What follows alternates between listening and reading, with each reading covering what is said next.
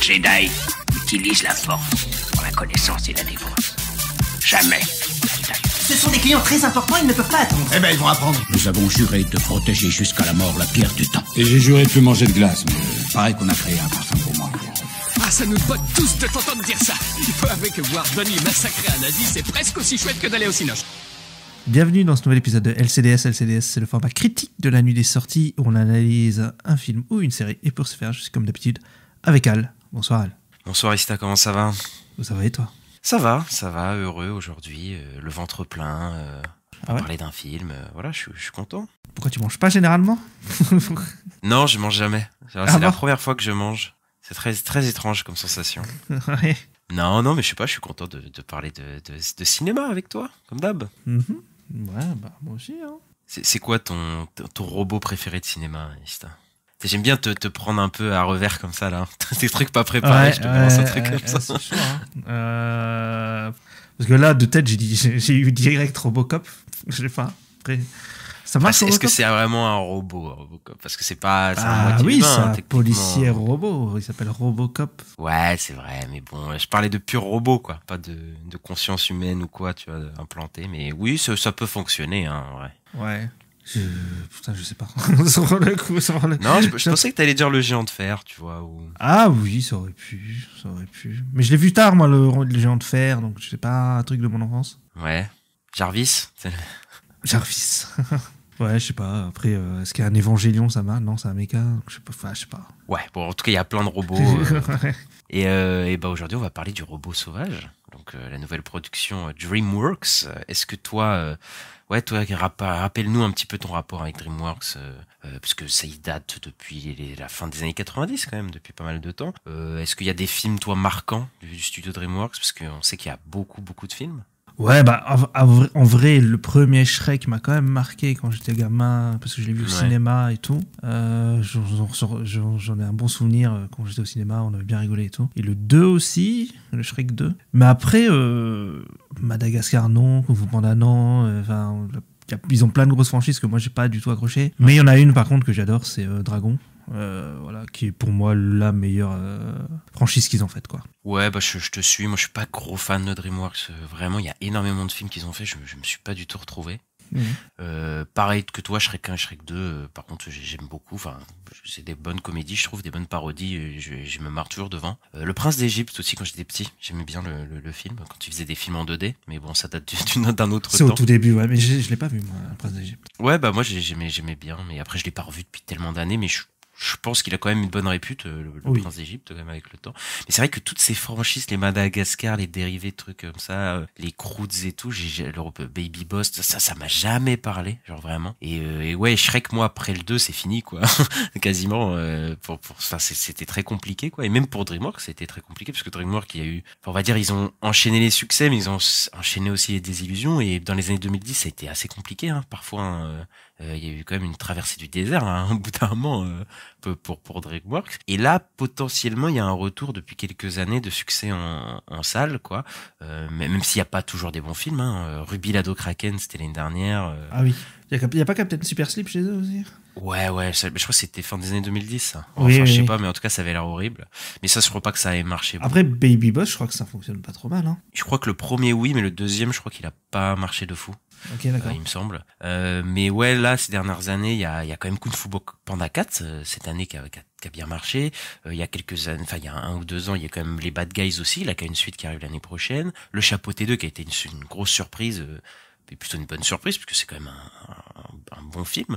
Donc, ils se relancent quand même un peu, et même ce film-là, il marche plutôt pas trop mal, Le Robot Sauvage, on verra ça. Et ouais, moi, Dragon, c'est vraiment, je l'ai découvert il y a pas longtemps, la trilogie qui a été lancée par Chris Saunders, du coup, le réalisateur de ce film-là, de Robot Sauvage. Et ouais, ça a été une petite claque quand même, je trouve, que ce soit autant dans les visuels que dans la narration, parce que bon, c'est pas une histoire révolutionnaire, hein, les dragons, mais je trouve que ce qu'il fait, il le fait vraiment bien pour le coup. Et je trouve que le film, le premier surtout, est hyper bien rythmé. Genre, il y a pas un bout de grâce et enfin vraiment ça glisse, quoi. Vraiment, ça glisse vraiment, le film de Chris Saunders. Ça me rappelle beaucoup les films d'une certaine manière, parce que je trouve que Brad Bird c'est au-dessus, mais ça me rappelle les films de Brad Bird où je trouve que vraiment il a un sens de la narration et tout qui est hyper fluide, quoi. Donc voilà, chez Christian Horner, je retrouve un peu ce truc-là. Dragon 2, j'avais beaucoup aimé. Il est un peu moins bien rythmé, mais je trouve qu'il étendait vraiment bien l'univers. Et Dragon 3, ça, je trouve que c'est le plus faible des trois. Je pense qu'il reste un peu assez beau hein, visuellement, même si je trouve que le 2 est vraiment. Oui, il est impressionnant le 2. Ouais. Mais le 3, j'ai vraiment l'impression que c'est un peu... on va essayer de refaire encore plus beau, mais bon, j'ai pas l'impression que c'était... Ouais, mais le méchant est un peu intéressant et tout. Enfin...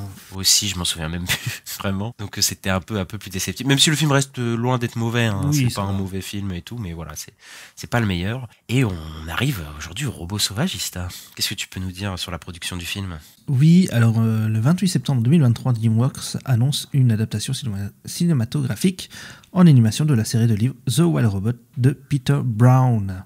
Ouais, bah j'ai pas vu du tout on n'a pas lu le livre. livre. Ouais, non, on connaît pas. Donc on va pas être de grand aide à ce niveau-là, quoi. Donc oui, on a dit le film est réalisé par Chris Sanders et Chris Sanders est un animateur, acteur, scénariste et réalisateur américain qui travaille pour le compte de Walt Disney Pictures entre 1984 et 2007, puis chez DreamWorks. Bah ouais, après ça c'est pas étonnant parce qu'il y a énormément d'animateurs ou de gens qui ont travaillé chez Disney qui sont partis dans d'autres boîtes et qui ont switché et vice versa. Bah Burton, ça c'est beaucoup fait. Par exemple. Hein.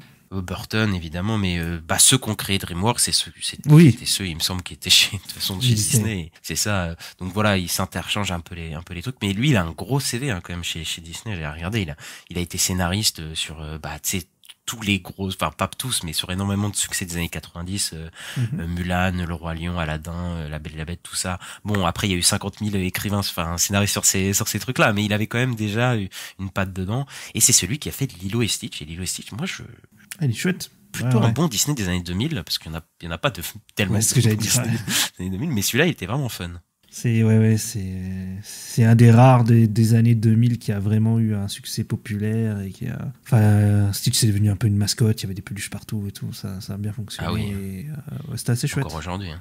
Oui, bien sûr. J'ai vu je sais plus, je crois que c'était à Porte-Clés, Stitch il y a pas longtemps en plus, hein, dans un Leclerc, donc c'est que ça se vend toujours, quoi. Mais ça, dans les parcs Disney, ça doit se vendre comme pas possible. Les peluches Stitch, ça doit être un truc de fou, quoi. Ouais, je pense aussi. Et en plus, il y a le film qui sort l'année prochaine. Donc... Oui, ça va repartir l'année prochaine, ouais. Il y a de fortes chances. Et donc, Le Robot Sauvage sera le dernier film entièrement animé en interne chez DreamWorks. Comme Cartoon Brown le rapporte en octobre 2023, le studio abandonnera la production du film sur son campus de Glendale pour s'appuyer davantage sur des studios extérieurs après 2024. Ouais, ça c'est assez triste quand même, pour le coup. Mais après, c'est pas le seul studio qui se retrouve malheureusement dans ces choses-là, puisqu'il y a énormément de départs, de licenciements et de problèmes aussi internes à beaucoup de studios. Et voilà, c'est la conséquence. Donc c'est peut-être le dernier film qui est fait... entièrement en interne, quoi. De cette manière-là, en interne chez DreamWorks. C'est bon, un peu une page qui se tourne, même si je suis pas fan de DreamWorks quand même. Voilà, c'est pas fou. Bon, on passe au film. Ouais. C'est parti. Je suis un robot sauvage.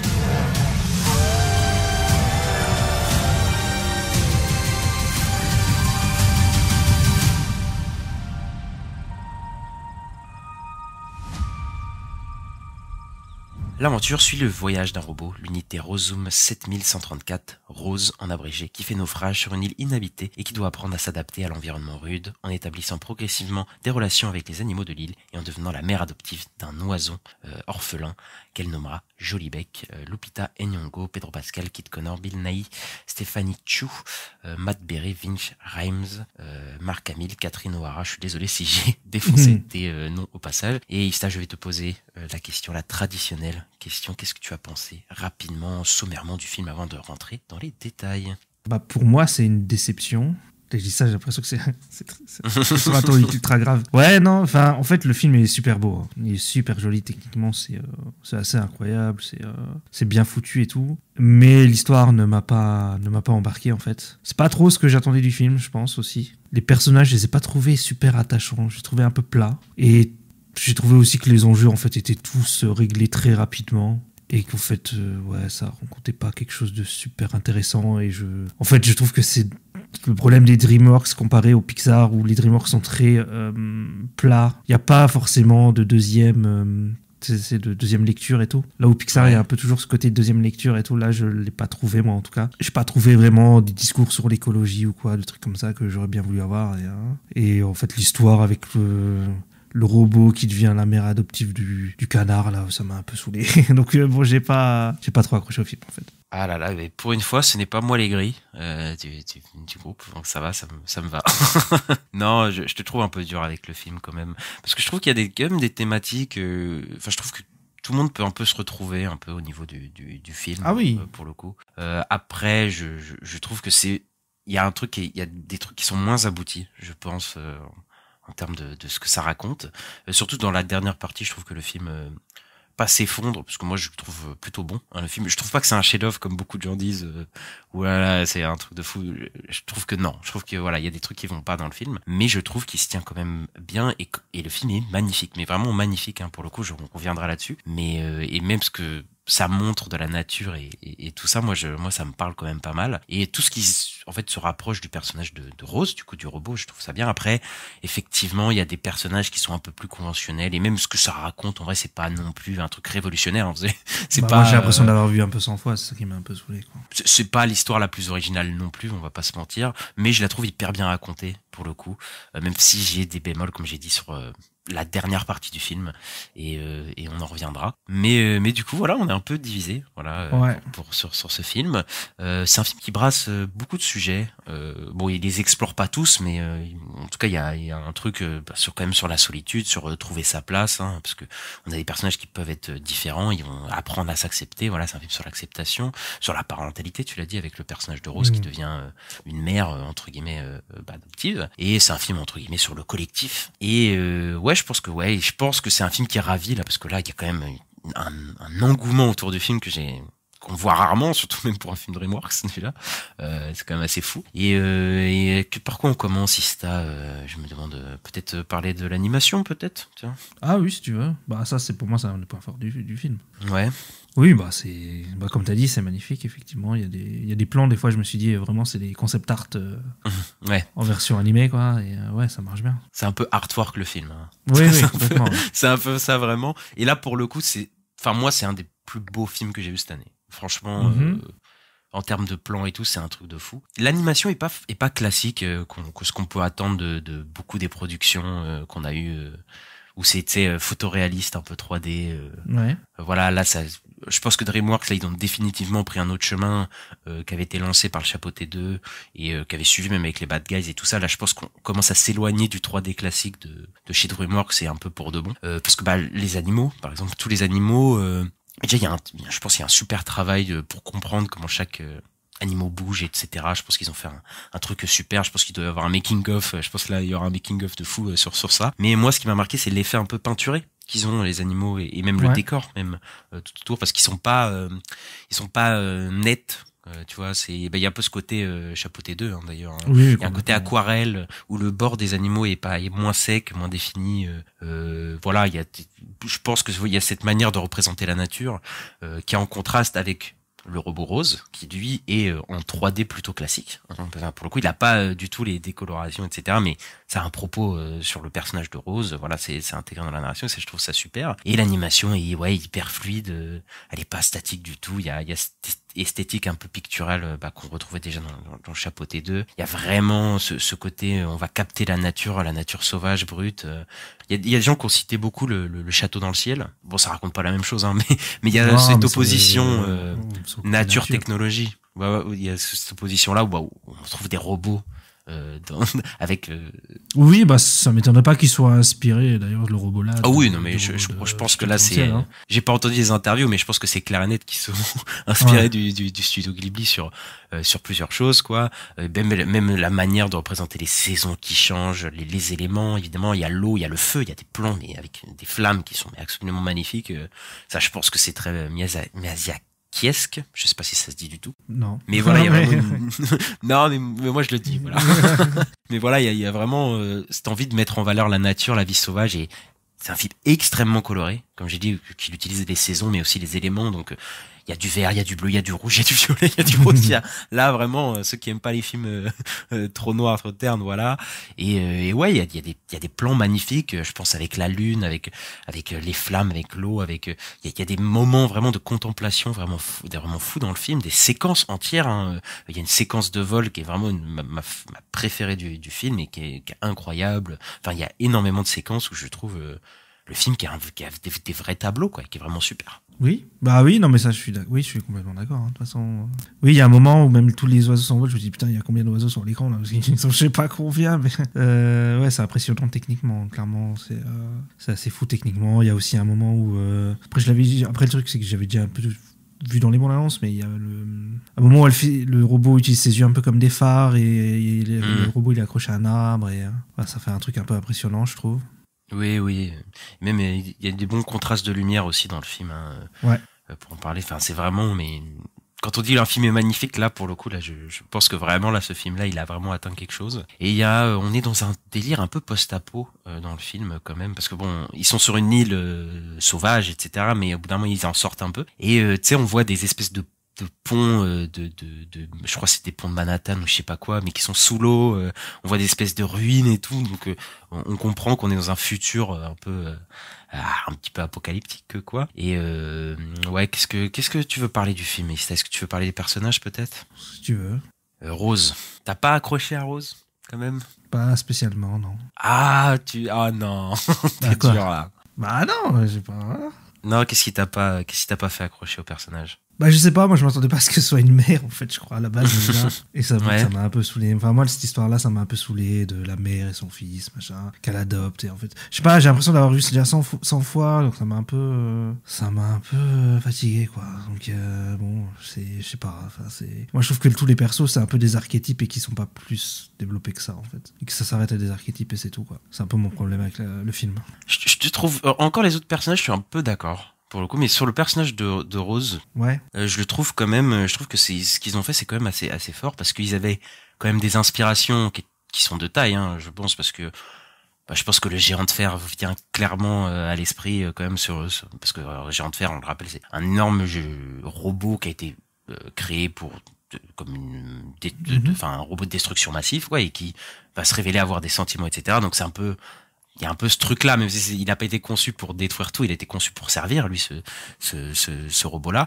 Mais il y a tout un travail, je trouve, sur le personnage de Rose, que ce soit sa manière de s'exprimer, sa manière d'être, de se déplacer, mais aussi son design, parce que c'est un design très rond, très sympathique, hein, parce que voilà, je crois que les designs un peu ronds, ça attire tout de suite la sympathie sur certains personnages, contrairement à des robots un peu à la fin du film qui sont plus ils sont pas du tout dans cet esprit un peu plus sympathique, alors que eux c'est vraiment des trucs de destruction massive. Mais là c'est quand même un robot qui n'a que les yeux comme expression, parce qu'il a pas vraiment de bouche, etc. Et je trouve qu'ils font un super travail à ce niveau-là, parce que l'émotion passe beaucoup par ce robot.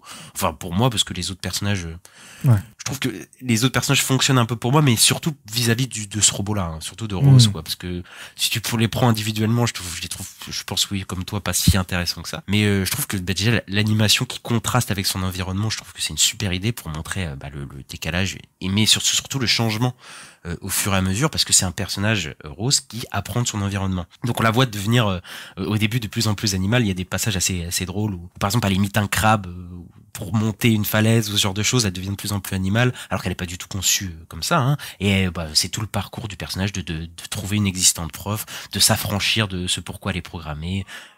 Et voilà, parce que elle démarre comme une certaine, elle se démarre une mission elle-même, mais au final pour ne plus avoir de mission, et c'est de sa propre volonté qu'a fait les choses, quoi. C'est tout le parcours du personnage. C'est pas un truc révolutionnaire, je suis d'accord, Ista, je trouve pas que c'est un truc nouveau. Je vais pas dire là c'est un truc que vous allez jamais voir, mais pour le coup c'est extrêmement bien fait sur ce robot, quoi. Parce que plus le temps avance, plus elle est rouillée, plus la mousse recouvre sa peau, son visage, et elle commence à faire de plus en plus un avec la nature. Et ouais, je trouve qu'il passe de robot très lisse à impacté par son environnement. Il y a une vraie évolution physique, mais aussi émotionnelle du robot, quoi, qui est de plus en plus humain, et ça se voit dans sa façon de parler aussi, parce qu'il y a tout ce travail d'avoir une voix très robotique au début du film, d'être très sec et tout, et à la fin du film on voit qu'elle est beaucoup plus naturelle dans sa manière de parler, de s'exprimer avec les autres personnages, et il y a un moment où je trouve très très beau, où elle s'enlève son cœur artificiel de elle-même et pour y mettre quelque chose. Et là je trouve que c'est très beau, c'est très poétique, même c'est un personnage qui est assez poétique, je trouve. Et elle y trouve à quelque part son âme et son humanité entre guillemets, parce que il y a pas d'humain dans le film. Voilà, tous les personnages humains ne sont pas humains dans le film du coup. Ouais, c'est vrai. Et moi je trouve que c'est assez puissant quand même sur le personnage de Rose. Mais je suis d'accord avec toi que les autres personnages sont peut-être un peu plus classiques. Je pense que le personnage de Jolie Beck, il t'a pas spécialement marqué, quoi. Ah non, mais moi je trouve aussi que, enfin, franchement, je disais, les enjeux ils vont trop vite, quoi. Enfin, Jolie Beck là, il dit ouais, il veut partir aux migrations, ils le prennent et puis ils font un training montage à la Rocky là, puis après il part en migration, quoi. Donc je sais pas, je trouve tout allait très vite et je sais pas, je trouvais ça bizarre, hein. Je trouvais ça un peu étrange. Ouais, je vois ce que tu veux dire parce qu'il y a des ellipses dans le film pour le coup. Où il y a un truc d'apprentissage, etc. Mais moi, je les trouve qui fonctionnent bien. Parce que déjà, ils sont accompagnés par une musique que je trouve vraiment plutôt bonne. Alors que moi, les musiques, d'habitude, je remarque pas ça du tout dans les films. Je dois dire que je suis vraiment le nul. Mais là, je trouve que ça marche bien et surtout que, franchement, j'avais pas envie de me passer le film à avoir un apprentissage de son personnage et tout ça. Ouais, mais moi, ça fait en sorte que moi, je me suis pas attaché à ces persos. Ouais. Ah, ouais. Jolie Beck, là. Non, t'as dit long coup, toi? Parce que moi, je pense à non, Jolie Beck. Jolie Beck. Hein. Oui, je parle de son fils, quoi. Oui, ok, ouais. Ouais, bah après Jolie Beck, c'est des trucs plus adolescents et je pense qu'on a encore plus déjà vu que même le parcours de Rose, c'est l'oiseau différent des autres qui a entre guillemets un handicap et qui va en faire une force, quoi, et qui est complètement rejeté. Et il y a un parcours d'émancipation. Bah d'ailleurs, c'est Jolie Beck et Rose ont tous les deux un parcours d'émancipation, mais pas du tout par la même manière, quoi. Mais oui, c'est des trucs plus adolescents, et voilà, la thématique d'apprendre à s'envoler, à quitter le nid, à se voler de ses propres ailes, etc. Enfin, oui, c'est des trucs qu'on a déjà vu, mais pour le coup, je trouve que ça marche plutôt bien pour le personnage de Rose, parce que le truc qui m'accroche émotionnellement, c'est vraiment elle. Et par exemple, il y a la scène du décollage de ce moment-là, qui est vraiment le meilleur moment du film pour moi, hein, vraiment émotionnellement, parce que moi j'ai pas pleuré comme beaucoup de gens, mais j'étais quand même bien impacté quand même à ce moment-là. Et ouais, moi je trouve que ça fonctionne, mais vis-à-vis du personnage de Rose, tu vois, pas lui, tu vois, nécessairement. Tu vois, ah d'accord, oui. Et parce que son fils s'envolait, etc. D'accord, ok. Ouais, je vois. Oui, et c'est là où tu vois vraiment son humanité et tout, et moi j'avoue que ça m'a un peu touché. Je le reconnais, voilà. D'accord, ok. Non, moi ça m'a rien fait, moi. Ah ouais. Voilà, vous voyez la vraie visage, c'est lui le sans-cœur du podcast. C'est lui, c'est Ista. Et le renard, pas du tout non plus, j'imagine. Ah non, le renard, je suis hyper déçu parce que je me dis que lui, il avait un bon potentiel. Et c'est lui où je trouve vraiment qu'il reste dans l'archétype. Oui, ok, c'est un renard, il est un peu espiègle. Et ça va pas plus loin, quoi. Et moi, je trouve pas qu'il est très... Enfin, c'est pas un perso qui restera dans la pop culture, comme on dit. Bah après, si on attend ça de tous les persos, on est mal barré. Je souscris à moitié à ce que t'as dit, parce que dans les trois personnages développés, c'est peut-être celui, oui, effectivement, où c'est un des qui parle où c'est le moins creusé. Oui, voilà. C'est un peu un comic relief entre guillemets du trio, quoi. Et oui, c'est un personnage qui se sent assez seul, mais c'est malin d'avoir pris le renard quand même, parce que j'ai l'impression que le renard c'est un peu un personnage, un animal un peu rejeté par tout le monde, qui est vraiment espiègle, où personne lui fait confiance et tout, et qui est pas du tout aimé dans la vie. Donc je trouve que ça marche bien, mais après c'est un truc sur le côté, quoi. Je trouve son personnage vraiment, même en termes d'espièglerie, je le trouve pas. Tu vois, je trouve qu'il aurait pu faire des coups beaucoup plus. Au début, il veut quand même bouffer l'œuf quand même au début, mais très vite, il rentre dans un truc où il est direct très attaché à eux et tout, et voilà, il cesse d'être vraiment intéressant ce personnage assez rapidement, voilà, quoi. C'est dommage. Un peu une figure paternelle pour Jolie Beck, mais rien de plus vraiment, quoi. Mais je peux peut-être voir là où toi t'as été déçu pour le coup sur le film. Ok. Peut-être une piste. C'est peut-être que l'introduction du film, elle est peut-être un peu trop forte. Tu crois ? Je vais peut-être voir où je vais en venir. C'est que l'introduction du film, c'est les 15-20 premières minutes, je les trouve incroyables. Vraiment, il y a toute une mise en place, que ce soit thématique, mais aussi visuelle, qui est hyper efficace, c'est hyper bien rythmé, comme c'est faire Chris Sanders. Hein, le film, par contre, il est vraiment bien rythmé. Donc, moi, je me suis pas ennuyé une seule seconde devant le film. Même dans la dernière partie, qui je trouve a un problème et tire le truc, je trouve qu'il le fait passer assez bien, parce que le rythme est quand même assez effréné, donc c'est peut-être ce côté-là aussi que t'as trouvé, peut-être que ça passait vite sur beaucoup de choses. Ouais, moi je trouve qu'il y a vraiment un problème autour de ça. Ouais. Je peux comprendre, mais moi je trouve que le rythme effréné, en tout cas dans ce sur les trucs où il s'appuie pas, c'est des trucs qui m'auraient fait chier. Genre l'apprentissage de Jolibec et les trucs comme ça, je m'en fous un peu. Je m'en fous un peu. Je suis content que c'est un peu passé à ça, mais je peux mais tu comprendre vois, que c'est. généralement, ils font quand même que, genre, tu vois, il essaye de partir. Et pour moi, il aurait dû, genre, il y arrive pas. Et après, enfin, après, c'est pas le perso principal, mais généralement, le perso principal, ils font ça. Ils font genre, il y arrive pas. Et puis après, je sais pas, il va s'entraîner. Et puis après, il y arrive, quoi. Mais là, je sais pas, il y a pas de graduation. C'est hop, direct, tu vas là-bas, ok, tu fais un entraînement, c'est bon, tu pars avec les autres et il y a pas de souci, quoi. Ah, il se fait quand même rejeter, il essaye un peu de voler, à un moment il se fait défoncer, enfin il y arrive pas quoi, pour le coup je trouve. Mais après c'est qu'une scène, effectivement, il y a pas de grosse scène, mais après comme tu l'as dit, moi ça a marché parce que en fait le personnage, l'ancrage émotionnel du film pour moi c'est Rose. Du coup, c'est pas lui le parcours principal, du coup ça m'a pas dérangé autant que toi, mais toi du tout Rose comme tu t'en foutais aussi. Ça t'a pas marqué non plus. Mais il y a ce côté, pour revenir à l'introduction, qui est quasiment muet quoi en fait parce que le personnage ne comprend pas les autres animaux parce que il sait pas dans son code, etc. Et donc en fait on se retrouve avec le robot qui parle vraiment comme un robot. Est-ce que je peux vous assister et tout, et il suit les animaux, il les harcèle même un peu, et c'est un peu drôle je trouve, et de voir juste ce robot qui comprend pas son environnement, qui va apprendre à le connaître, ça je pense que tu peux te dire, ah si le film il est comme ça pendant 1h40 et tout, où juste le robot il devient de plus en plus humain sans comprendre les autres et tout, ça enfin la proposition a été folle, mais au bout de 15-20 minutes, au final, dans son code, il comprend tous les animaux, en fait, il comprend tout comment il parle, et on entre dans un autre film, quoi. C'est ça, et que moi, on rentre dans un film basique DreamWorks, quoi. Donc, c'est pas forcément mauvais, mais bon, j'ai l'impression d'avoir déjà vu ça beaucoup trop, quoi. Après, c'est peut-être pour ça que je pense que Wall-E reste au-dessus, voilà. Ah oui. J'en prends à Wall-E, mais. Pour moi, oui. Mais voilà, il y avait ce truc-là dans Wall-E où c'est peut-être plus assumé, ce truc de petit robot qui est contre un peu tout seul dans le monde. Il y a un côté humoristique peut-être qui t'a parlé ou pas du tout? Pas du tout. Ah ouais, non, vraiment, toi, t'es vraiment resté hermétique au film. Ah ouais, complètement. Ah là là, ouais, je suis vraiment désolé. Du coup. Mais tu vois, là, tu vois, tu disais le film, il n'y a pas de double lecture pour les parents et tout, mais il y a quand même un humour assez noir quand même dans le film, je trouve. Noir. Où la faune est quand même très au courant du cycle de la vie et de la mort quand même. On a c'est quoi comme animal, je saurais pas dire ce que c'est.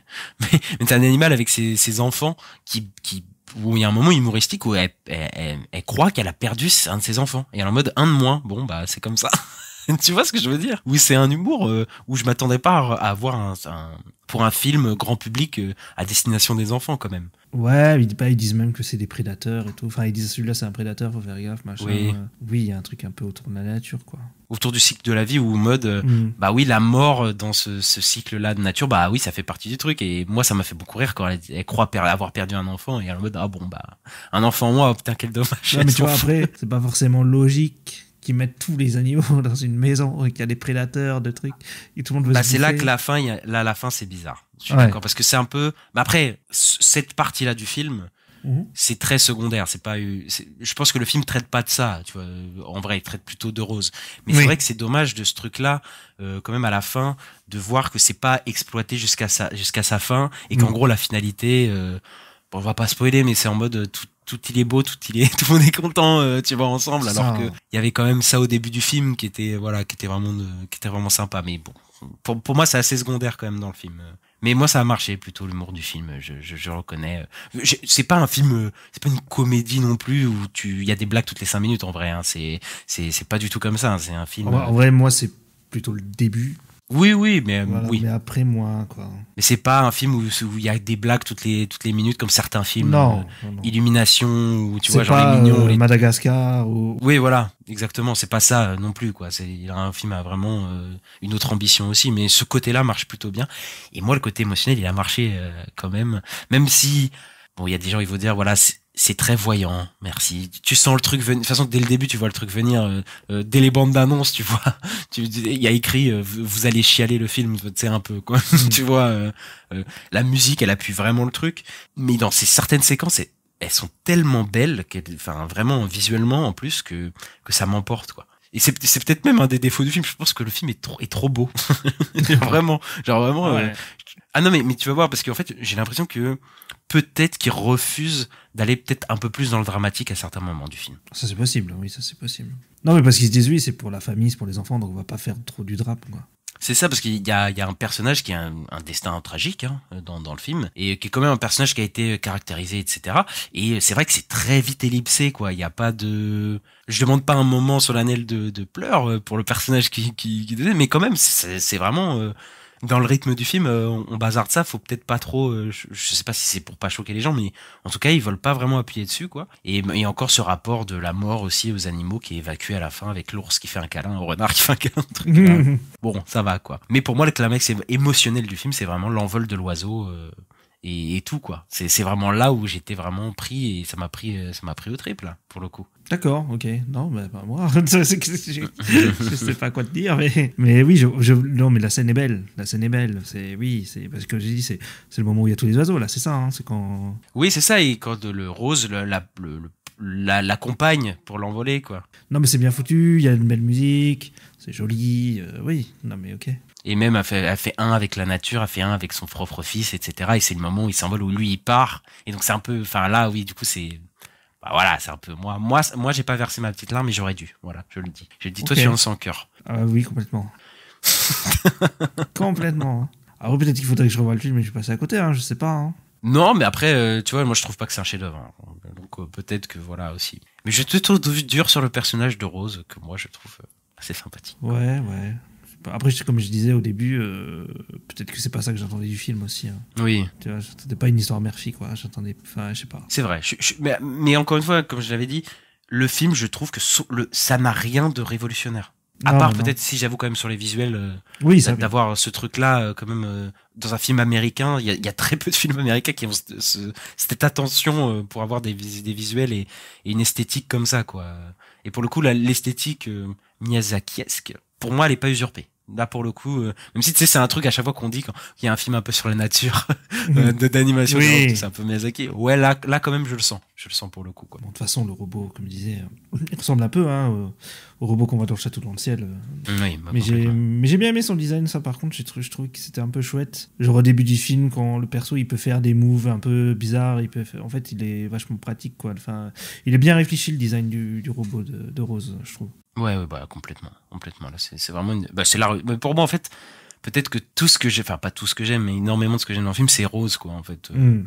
Et c'est peut-être pour ça que j'achète le parcours de son fils, de Jolibec, que le renard, il me dérange pas. Et même tous les autres animaux de la forêt, je trouve plutôt drôle et sympathique. Il y a un castor qui fait son barrage, là. Tout le monde se fout de lui, mais à la fin, il sert à quelque chose. Enfin, ça va, tu vois, je trouve pas le film aussi, je trouve que le film a un peu de cœur. Bon, j'aime pas dire ça sur les films, mais je trouve pas qu'il y a de trucs forcés non plus dans le film. Okay. Avec des personnages horribles ou quoi. Même le comic relief du renard, je trouve pas qu'il fait des blagues forcées, tu vois, par exemple. Je trouve que tout est un peu fluide, quoi. Je trouve que justement, il manque de personnalité, moi, le renard. Ouais. Pour le coup. Ouais. Je trouve qu'il manque de personnalité et je trouve qu'il est très basique, quoi. Il est très plat, hein. Moi, c'est un de mes gros problèmes du film. Bah, je trouve qu'au début, il y a un truc. Je trouve qu'au début, tu peux imaginer quelque chose. Ah oui. En plus, les renards depuis Zootopie dans la côte. Donc voilà, tu te dis, il peut y avoir un truc. Et oui, c'est vrai que ça redescend. Je suis d'accord. Ouais, c'est ça. En plus, c'est Pedro Pascal, quoi. ça change rien.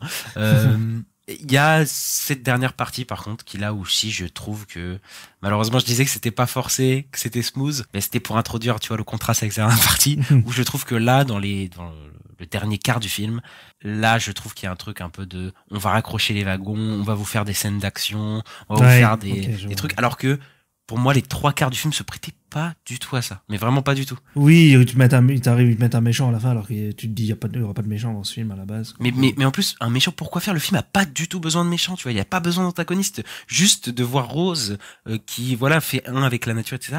Là, t'as un méchant robot qui a bien les yeux rouges. Alors là, attention. Ça va tout le montrer et tout. Bon, je me moque alors que j'aime bien ces effets de lumière. Qui ressemble un peu à une pieuvre, un peu comme ça. C'est ça, oui. Ouais, j'ai l'impression que, en fait, après le climax émotionnel, pour moi, de l'envol de l'oiseau et du retour de l'oiseau de Jolibec, en fait, le film, il part dans dans allez hop, on vous déroule. En plus, c'est réglé en 2 secondes, quoi, les robots méchants et tout, par des scènes fulgurantes, par contre, de fluidité, tous les animaux ensemble et tout. Les scènes d'action sont incroyables. Il y a une scène où le Rose descend et est en chute libre. Il y a la forêt en flammes, mais le plan est vraiment magnifique, quoi. Et même ce que ça dit au moment de la chute de Rose, où il y a un truc qui se passe avec Jolie Beck, avec son propre cœur entre guillemets, pour pas spoiler les films, je le trouve magnifique, mais ça n'a rien à faire dans ce film pour moi. Ça juste tire le film vers autre chose. Même à la fin, tu sais, quand l'oiseau il s'envole et Jolie Beck qui commence à revenir, je me dis c'est la fin du film, tu sais. Tu sais, je me dis là, c'est le film est fini. Et non, on te rajoute encore un truc. C'est presque en dehors du film, quoi. Ouais, oui, c'est un peu. c'est pour faire une fin. Oui, ils sont obligés de faire une fin d'action, quoi. Ouais, c'est ça, ouais. Mais c'est vrai, oui, c'est un peu. C'était pas forcément nécessaire, effectivement. Puis c'est là où je trouve que c'est un peu rushé même, parce que la bataille elle est un peu foutraque, tous les animaux ils s'allient hop d'un coup, puis hop le film il enchaîne trop, peut-être un peu trop rapidement certains trucs, et puis tout le monde vit heureux et tout ça, happy ending, genre d'happy ending, et voilà quoi, et tu fais non là le film a pas besoin de ça. En plus l'approche intimiste, pourquoi tu rajoutes des trucs blockbusteresques comme ça? Moi j'aime bien cette approche intimiste avec la nature, quoi. Ouais, oui, je pense complètement. Après je sais pas si c'est dans le bouquin ou quoi, parce que c'est une série de livres. Mais peut-être que dans le livre c'est mieux amené, tu vois. Peut-être là on a appris récemment qu'il y a un 2, mais peut-être ça aurait été bien pour un deuxième film, tu vois, pour une suite. Mais là c'est vrai que ça avait rien à faire là, quoi. Et en restant d'ailleurs sur ces méchants robots, c'est peut-être un film un petit peu sur l'IA, les gens l'ont dit. D'ailleurs oui, parce que c'est un robot, etc., qui apprend de son environnement, etc. Et vu le contexte actuel, c'est logique, je pense, de se poser la question, quand même. Mais c'est marrant parce que la société qui fait les robots s'appelle Universal Dynamics, alors que c'est un film Universal. Je trouve ça, qui est distribué par Universal, je trouve ça un peu, je sais pas s'il y a un truc contre Universal. Là, ça me fait penser à... Ouais, mais tu sais, t'as des sociétés comme ça me fait penser à Space Jam 2, là, où genre Warner, c'est les méchants du film, quoi. C'est bizarre, quand même, tu vois. Oui, après peut-être parce qu'ils ont pas le droit des autres sociétés, donc voilà. Mais après il y a ce côté un peu cynique aussi. Je pense. On sait qu'on est des mauvaises sociétés, mais vous inquiétez pas, vous pouvez les utiliser pour nous faire gagner de l'argent. Enfin bref. Ouais, voilà. C'est pas grave. Mais oui, en gros il y a l'humanité qui est pas du tout visible quasiment. On a quelques plans d'humains, mais on a les vidéos que Rose a dans son système ou qu'elle projette et tout, mais on ne voit pas du tout les humains. Et je pense que c'est très très bien comme ça. Mais ils sont dans un genre de dôme. C'est une sorte de paradis aseptisé complet où là ça clash clairement avec la nature, où tout est blanc, tout est pâle, on voit quasiment pas les humains, et je pense que là il y a une thématique qui est claire et nette.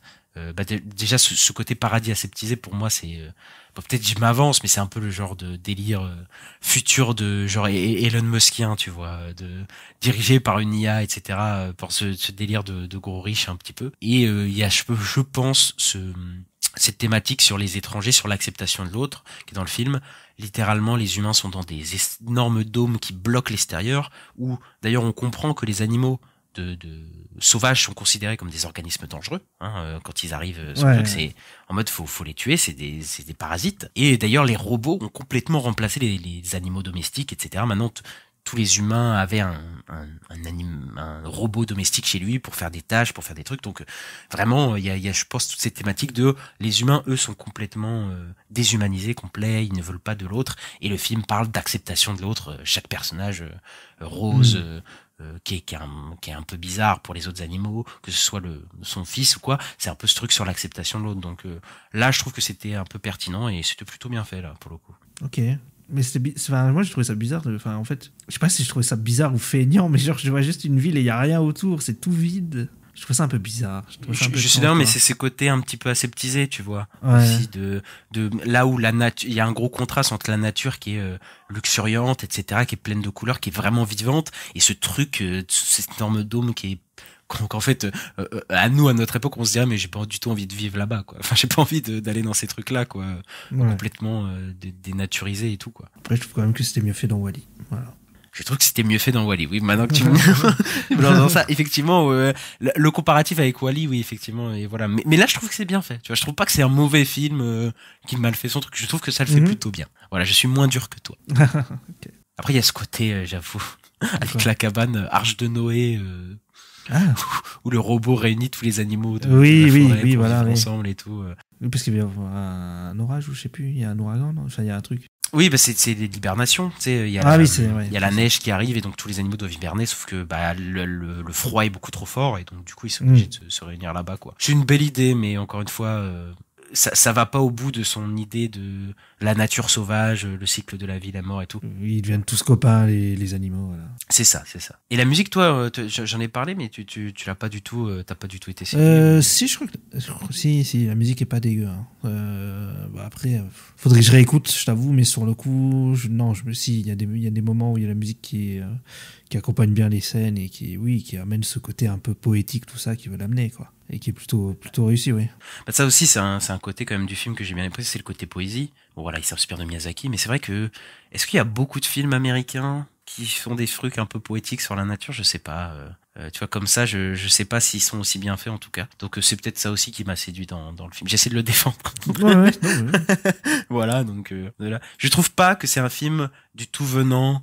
Illumination, DreamWorks, même Pixar sur certains mauvais films Pixar, même si Pixar, moi je trouve que c'est au-dessus de DreamWorks et tout, bon, j'en ai parlé plusieurs fois, mais je trouve pas que c'est un film anecdotique, qui a aucune proposition en tout cas et qui se repose sur ses lauriers de comme on l'a fait malheureusement ce début d'année, mais on a fait Kung Fu Panda 4, je trouve que bon, ça a apporté pas grand chose, que ce soit visuellement ou même des thématiques de l'univers Kung Fu Panda. C'était vraiment une suite pour faire une suite.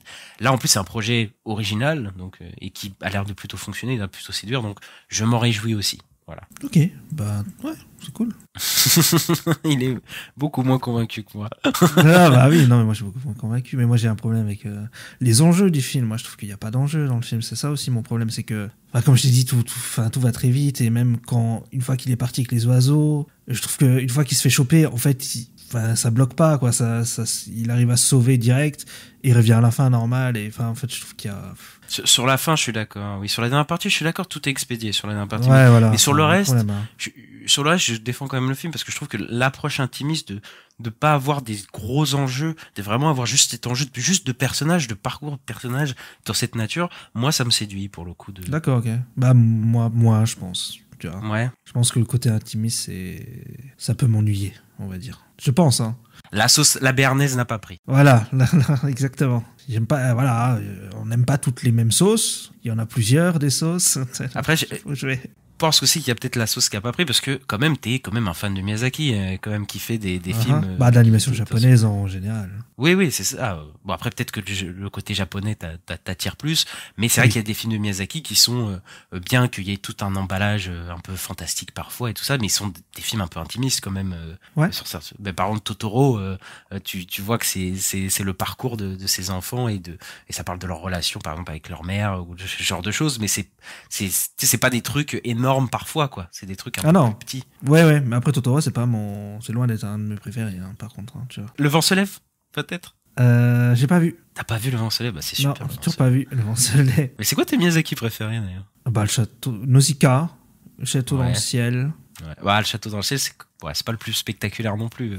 Non, mais bon, il y a des moments spectaculaires quand même dedans. Mais après Mononoke et Chihiro, et c'est le mec qui dit tout. Enfin, Kiki, et puis Château ambulant. Bref, oui. Je reviens quand même, ça ne vaut pas un Miyazaki. Hein. On se calme. Venez pas me dire ça vaut pas un Miyazaki, je suis bien d'accord. Mais voilà, je pense que voilà, en tout cas moi j'ai fini un peu de dire ce que je pensais du film.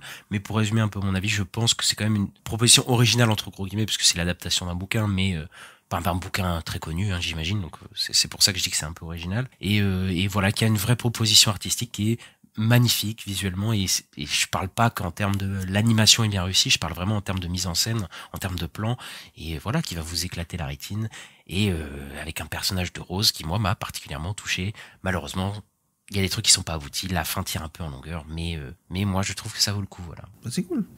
Non, et toi bah non, mais toi non, vas-y, finis quand même sur ton avis global, peut-être.